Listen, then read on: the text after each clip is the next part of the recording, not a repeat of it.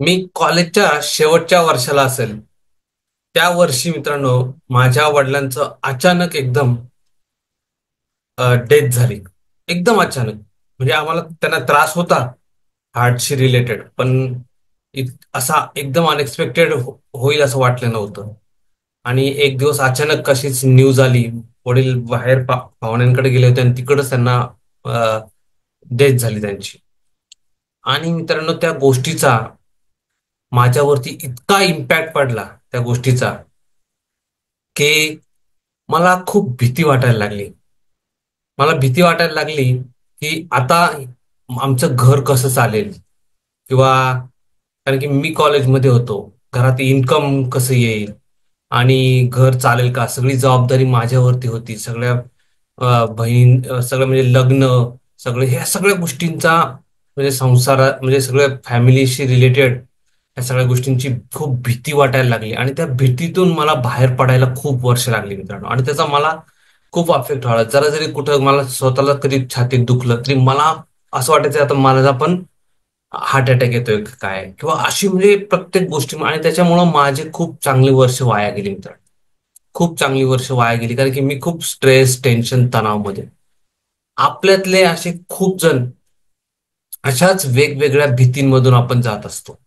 कोणाला ऑफिसचे जॉबची भीती आहे, कोणाला आर्थिक चणचण आहे, आर्थिक प्रॉब्लेम्स आहेत त्याची खूप भीती आहे.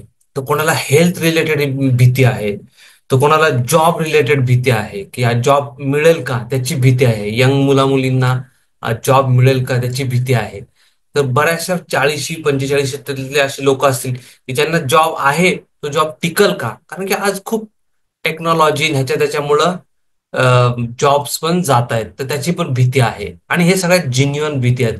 कोणाला मरणाची किंवा डेथची भीती आहे, तर कोणाला प्रवासाची भीती वाटते. मित्रांनो, आपण सगळेजण, आपल्याला जर भीती वाटत असेल तर आपण कोणी एकटे नाहीये मित्रांनो. या देशामध्ये आणि जगामध्ये करोडो लोक आहेत की जे या गोष्टी सगळ्या फेस करतायत. कोणाला निगेटिव्ह सारखे निगेटिव्ह विचार येत राहतात, निगेटिव्ह थॉट्स येत राहतात आणि सारखी भीती वाटत राहते. काही ना काहीतरी गोष्टीची भीती वाटत राहते. तर आणि भविष्याची चिंता, फ्युचरची चिंता, आपल्याला भविष्याची चिंता खूप वाटत असते की हे सगळं कसं होईल. मित्रांनो, जेव्हा तुम्ही 30 मध्ये होता, मे लेट्स से आता आपलं वय 40 आहे, ज्यावेळेस 30 मध्ये होतो ना, त्यावेळेस पण आपल्याला भविष्याची चिंता वाटत होती. पण तरी पण आपण पोहोचलो ना 40 पर्यंत, काही मेजर काही झालं नाही ना. तसंच आपण 40 50 मध्ये पण पोहोचणार आहे मित्रांनो. त्यामुळं बऱ्याच वेळा आपण खूप वेळा अननेसेसरी भीती क्रिएट करत असतो आपल्या माइंडमध्ये, आपल्या सबकॉन्शियस माइंडमध्ये. आणि तेच त्याच गोष्टी रिपीट रिपीट रिपीट होत असतात. आणि आपल्यातला जो बॅड मॅन आहे, जो गुड मॅन आहे तो छोटासा आहे, आणि बॅड मॅन आहे ना आपल्यामध्येच येतो. तो खूप त्याची त्याची साईज मोठी आहे, तो डॉमिनंट आहे.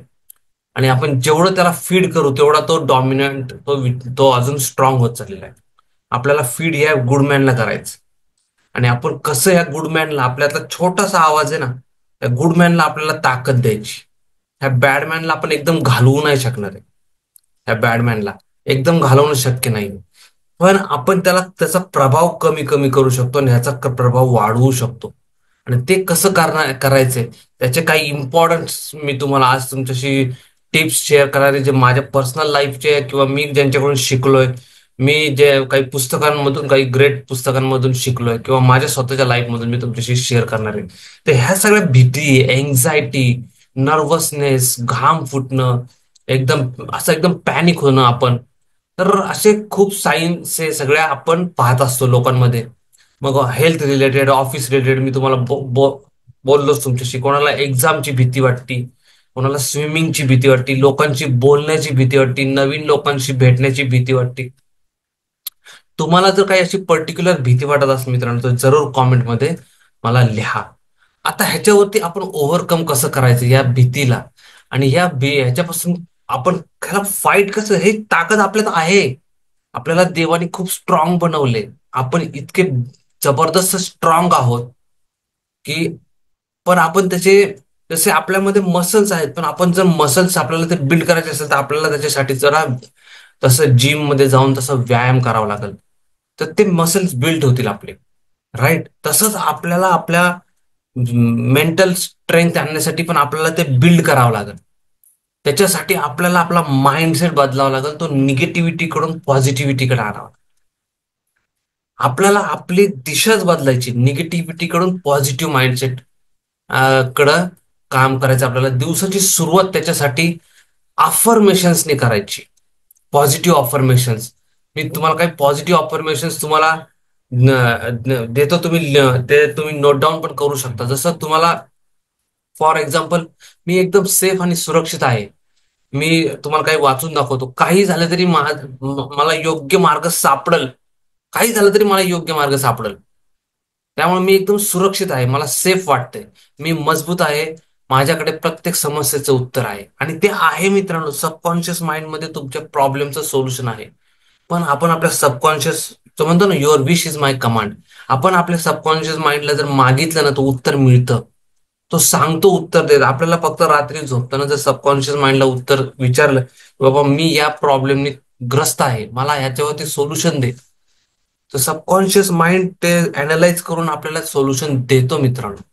तो उद्या देईल, लगेच दुसऱ्या दिवशी देईल, तिसऱ्या दिवशी देईल. कुठं ना कुठं तरी आपण प्रवासात असू, चालत असू, काहीतरी जेवत असू, अचानक आपल्याला किंवा आंघोळ करत असू, अचानक आपल्याला एकदम आयडिया स्ट्राईक होईल. तसंच आहे, सबकॉन्शियस माइंडकडे ते उत्तर आहे. तर ह्या गोष्टी बोलायला सुरुवात करायचं. अफर्मेशन्स फॉर सकाळी सकाळी जर बोललो तर, किंवा दुपारी, संध्याकाळी 2 3 4 वेळा तुम्ही, आजचा दिवस माझ्यासाठी चांगला असेल, माझं मन शांत आणि स्थिर आहे, हे बोलायला सुरुवात करायचं. जेव्हा आपण बोलू तेच आपण ऐकू मित्रांनो. त्यामुळं आपल्या तोंडातून काय बाहेर पडतं ना, ते अतिशय इम्पॉर्टंट, हे लक्षात घ्या. गार्बेज, आपण जर गार्बेज म्हणजे जर बोलत असू की कसं होईल, काय सांगता येत नाही, मला भीती वाटते, हे होत, एक्झॅक्टली आपल्या सबकॉन्शियस माइंडला ते जोक कळत नाही. आपण जोकिंगली जरी म्हणलं ना की मला मला ह्याची भीती वाटते, मला त्याची, तरी त्याला तुला जोक नाही कळत. त्याला वाटतं की या माणसाला हे पाहिजे. त्याच्यामुळे तो अजून सिच्युएशन आपल्या लाईफमध्ये त्याच क्रिएट करतो. त्यामुळे do not speak what you don't want. फक्त जे पाहिजे ते बोलायला सुरुवात करा. माझा माझ्या आत खूप शक्ती आहे, आणि मी मी सक्षम आहे, मी योग्य निर्णय घेऊ शकतो. मी तुम्हाला थोडेसे तुम्हाला लिहिण्यासाठी पण तुम्हाला हे देतो सगळे थॉट्स. त्याच्यानंतर दुसरं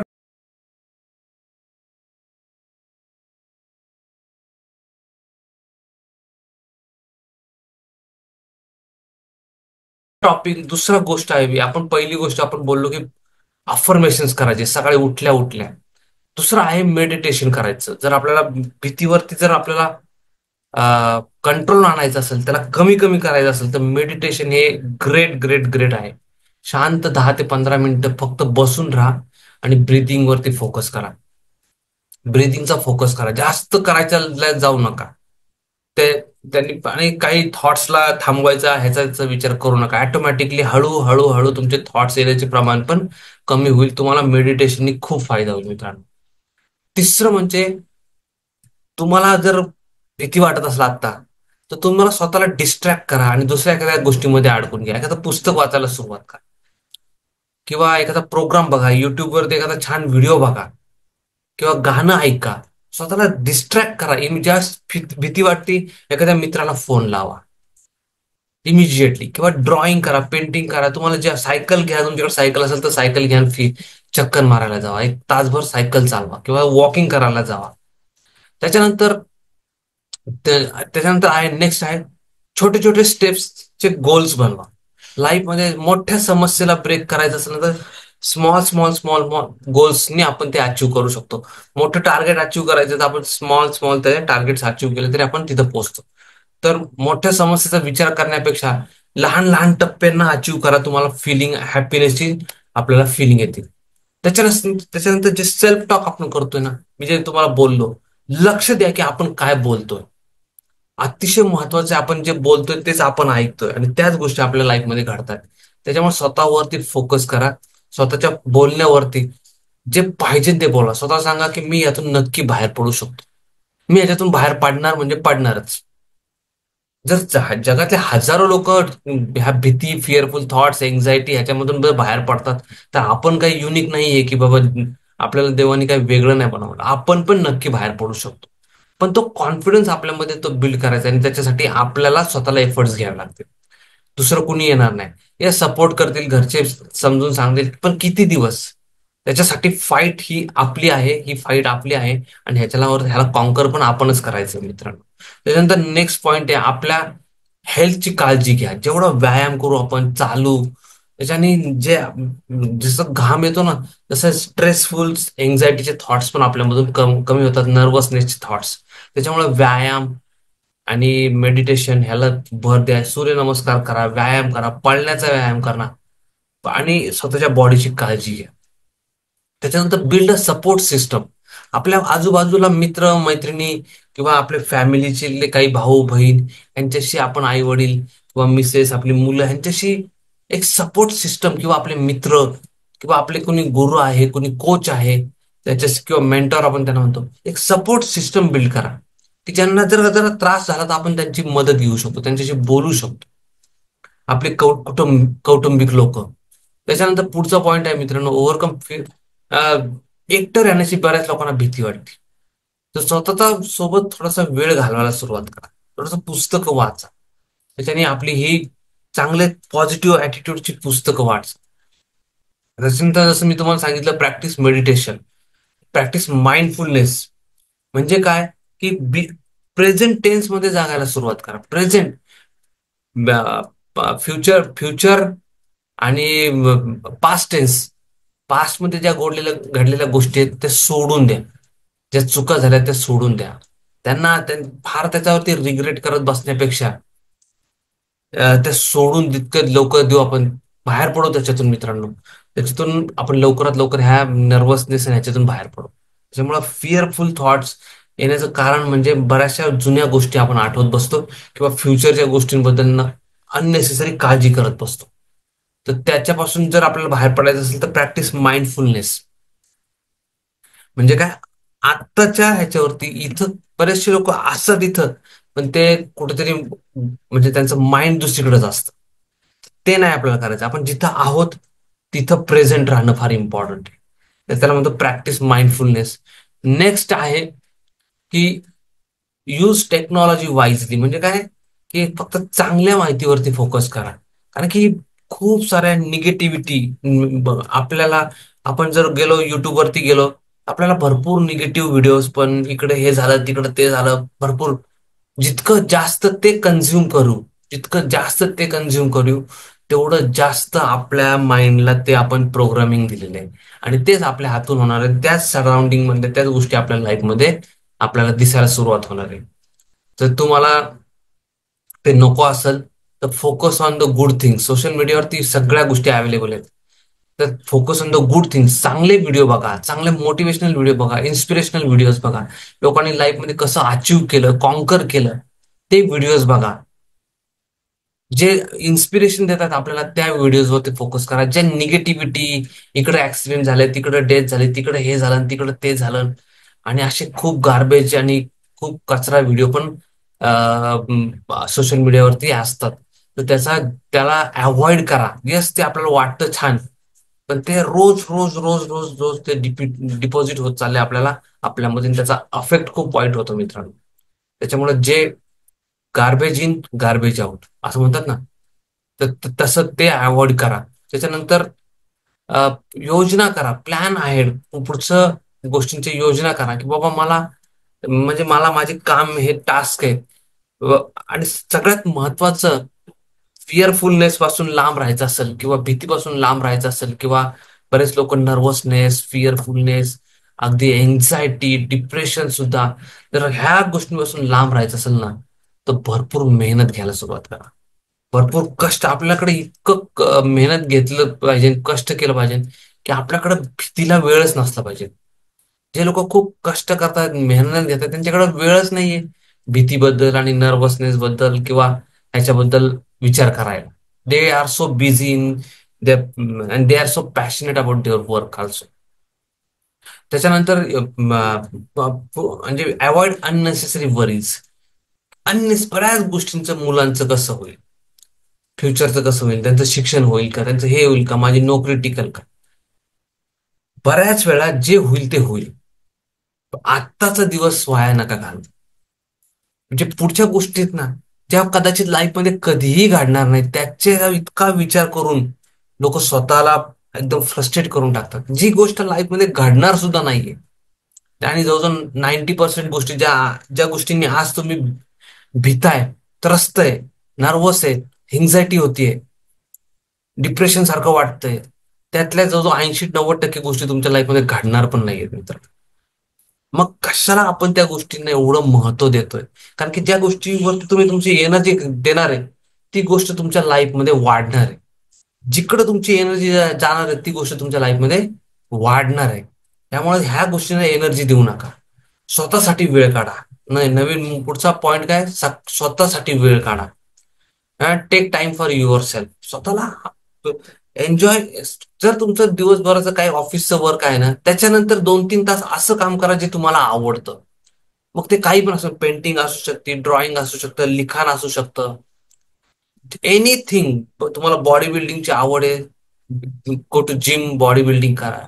डू समथिंग. तुम्हाला एखाद्या मित्राबरोबर तुम्हाला जाऊन तर त्याच्याबरोबर गप्पा मारायला आवडतं संध्याकाळच्या वेळेस, ते करा. पण स्वतःसाठी वेळ काढायला सुरुवात करा. आणि त्याच्यानंतर जसं मी तुम्हाला म्हटलं की डोंट ब्लेम युअर सेल्फ. स्वतःला दोष देत बसू नका. जे झालं ते झालं, ज्या चुका झाल्या, प्रत्येक माणूस लाईफमध्ये चुकत असतो. तुम्ही पण आणि मी पण, आपण सगळे ह्युमन बिंग्स आहोत. आपण चुका करतो, that is a natural part of our life. तर डोंट वरी अबाउट इट. स्वतःला त्याच्यातून स्वतः म्हणजे जास्त ब्लेम करत नका बसू. आणि last point, take good amount of sleep. तर हा मित्रांनो लास्ट पॉइंट आहे की व्यवस्थित झोप घ्या. कारण की जर आपण झोप नाही घेतली तर त्याचा खूप वाईट परिणाम आपल्या, कारण की आपल्या ह्युमन बॉडीला झोपेची पण फार आवश्यकता आहे मित्र. तर सी टू इट की आपल्याला इनफ पुरेशी झोप पण मिळते. अदरवाईज झोपत नसं, आपण रात्र जर लवकर झोप येत नसेल तर आपण काहीतरी खात राहतो आणि आपण विचार करत राहतो, सारखं आपण विचार करतच असतो. तर आपल्याला हे अवॉइड करायचे मित्रांनो. हे पॉइंट्स आहेत जे तुमच्याशी मी शेअर केलेत आता. ह्याला फॉलो करा आणि अशी ऍटिट्यूड ठेवा, असा आत्मविश्वास आणा स्वतःमध्ये. आणि जे आपण आणू शकतो, जे अवघड नाहीये. जर ठरवलं तर आपण काही पण करू शकतो मित्रांनो. अवघड नाहीये.